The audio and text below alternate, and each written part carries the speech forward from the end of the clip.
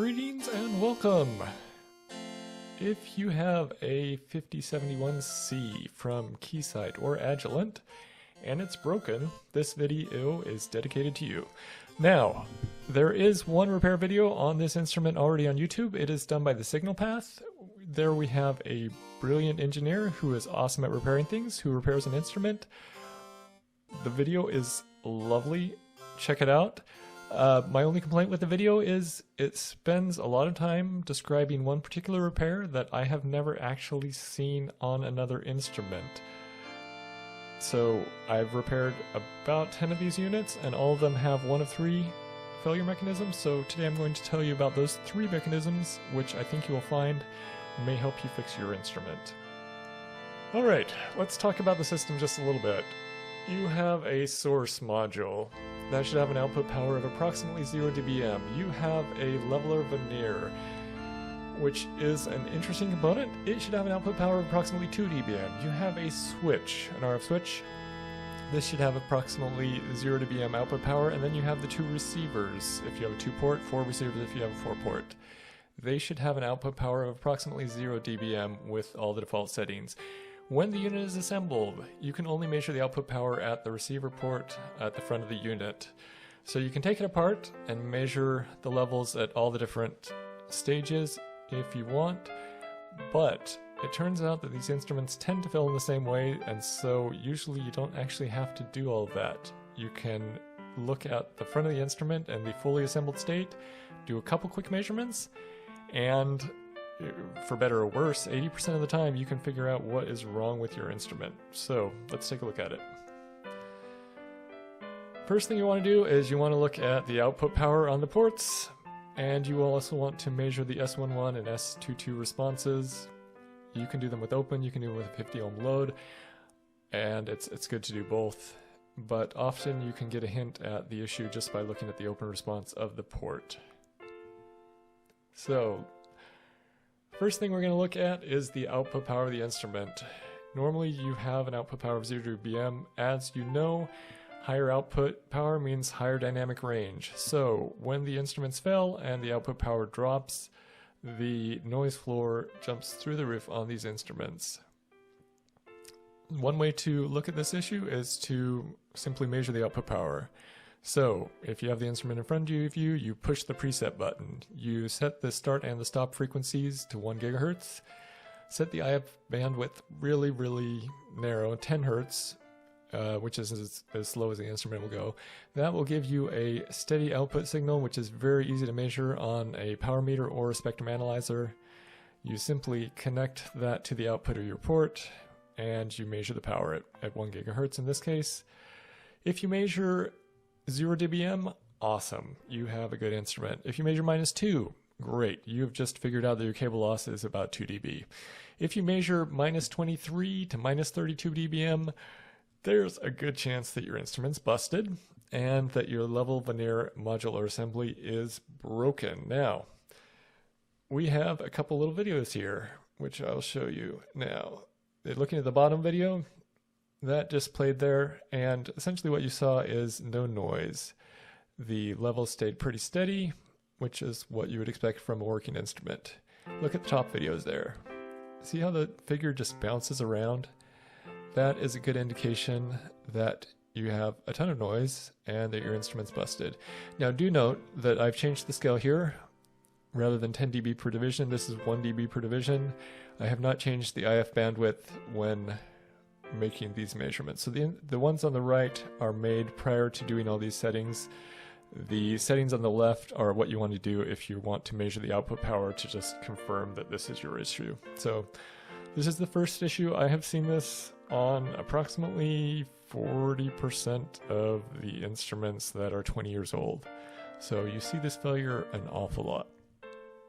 All right, what is causing this failure? Well, we know it's the level Vernier module, and the first thing I did was to open up the module and take a look around. So we have the input port here, and then a bunch of stages of presumably amplifying and modulating the signal.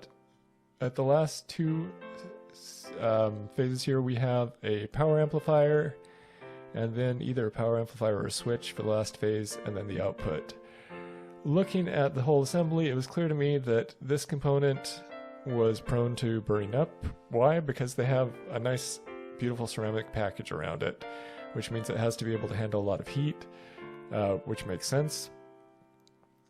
So I removed the component and then I shorted across the component input to output. And what I found is when I did that, I went from essentially minus 26 dBm output to minus 16 dBm output. In other words, by shorting across this component, the performance improved by 10 dB. So obviously the component was bunk, and we got replacement components, swapped that out, and indeed that was the case. This component is rather hard to source. It is obsolete now, and so it's not being sold by Keysight or anyone else. Another thing to note, the original component here is the 1GC1 4213. That was made obsolete years and years ago. There is an updated component, which is the 1GC1 8213. That component, again, is also obsolete, but that is the modern component, which you will want to use if you get a chance. So, that's that. Voila, we fixed one of the problems. Alright, the second problem is what I am calling, for lack of a better technical term, the bouncy port response. If you press preset on the instrument and then measure the S11 or S22 responses, you will often see, in other words, if you have a broken instrument, you will see one of these responses. On the left, we have a response which starts at approximately plus 10 dB and then goes down and bounces around, obviously. On the right, same thing, only it starts at minus 10. Now these are the exact same problem, but different, obviously. One of them is a failure on the component for the reference signal. The other is a failure on the component for essentially the reflected signal coming back into the port. So let's take a look at those a little bit more. So this is what I would call a roughly okay instrument. Both on the left and the right hand side here, you see that the bounces are relatively small, etc., and relatively flat. These instruments obviously could use a good factory cal, but we're getting reasonable responses. If you compare that with the responses on these instruments here, you're seeing things bouncing all over the place, the plus minus 10 dB here and there. These are instruments that are sick, not well, broken, need repair, and we'll show you how to do that here. So, this is the receiver board. You have one of these for every port on the instrument. If you have a 2-port instrument, you've got 2 of these. If you've got a 4-port instrument, you've got 4 of these. Congratulations. When you remove this metal cover here, which you do by removing all of these lovely screws with the X's on them. All of the screws are the same except for these 2 up here on the left, which have a slightly different head on them, but anyway, same. You remove the screws, you take it off very carefully because there is essentially some shielding rubber that goes around this area, but anyhow, you remove the screws, then you pull that straight up. Hopefully that stays in place for you. If it doesn't, you can carefully replace it into the grooves. It's not been an issue for me. Alright, when you get that apart, you will see this part of the board exposed. The lovely video from the signal path had everything to do with replacing these components up here.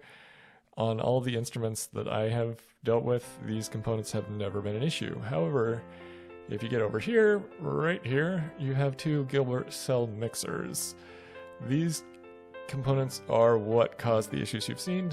Obviously, one of these causes the positive bouncing response, the other one causes the negative bouncing response. You can choose to replace the one faulty component, or you can choose to replace them both. I would recommend replacing them both because if one has gone bad, I can't imagine that the other one has too much longer to live. So here's what it looks like a little bit closer up. These are the components down here. These components were actually fine on the board, but they were removed because we were testing different things. Anyhow, the components that need to be replaced are usually the 1GC1 6234 or the 4234. The 4234 is more common on the 6 GHz version. The 6234, I believe, is more common on the 0.5 gigahertz version of the instrument. In either case, the replacement component which you want is the 1GC14298. That component is actually available, at least at this time of recording. You can get it out of Asia. It costs approximately $250 per piece, which is not cheap, but maybe a little bit cheaper than having somebody else do this for you. This switch, for whatever reason, this component does get hot over time. It wears out over time. The instruments which I've been talking about were often left on in an office environment, so after 15-20 years, they just burn out. But one thing about these components is they are heat sensitive, which means when you solder them to replace them, you're going to need to be extremely careful, because if you get the component too hot, then guess what? You've just burned out a component. So use extreme care when soldering these components back in place. Having completed that, we're going to talk about how you get the part, the whole instrument apart, and how you put it back together. This is all quite straightforward, but I think it's part of the video, so we're going to cover it. If you decide that you were just interested in what causes the issues, then guess what? Congratulations, you are done with this video, and you can skip the rest. In the next 10 minutes, we're just going to talk about how to take the instrument apart. So, number one, back of the instrument. You have 4 corners where there will be the standoffs. You're going to want to remove those. I believe those all require a T15 screw. And then you have 5 more screws, 3 on the bottom, 2 on the top, which you will want to remove also with the T15 screw. Once you've done that, you can go to the bottom of the instrument. There are 4 feet. If you have your original feet on the instrument, you'll want to remove all of those. That's very straightforward. Some of these have a black clip in here, which is to hold the feet in place. You're going to want to pull that straight out very carefully, because the black clip actually can be damaged quite easily. The feet themselves are rather robust, so those are easy to remove. And then there are 4 screws on the center of the bottom which need to be removed. These are all T10 screws, so take those out, zippity zip. Moving on to the side of the instrument, you have 2 large screws holding each of the handles on the side. I recommend removing the one on the back first, and then gently, essentially rotating this plastic cover towards the back of the instrument. If you're not careful on this one, you can bust the plastic part here. It will still function because the metal part on the inside of this is what does the heavy lifting, but you want it to be cosmetically nice. This is an expensive instrument, so be careful on this one. Front one is much harder to screw up, so you can just remove that. Easy peasy. The back feet we've already talked about, so they're already gone on your instrument. So voila, and your side panel is removed.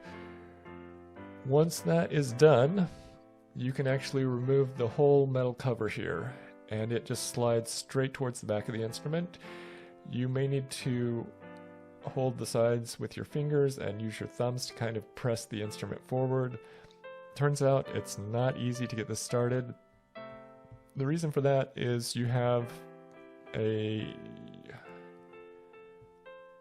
EMI shield at the front of the instrument, and this EMI shield is a compression joint with a gasket in there, so getting this started takes a little bit of brute strength, for lack of a better term.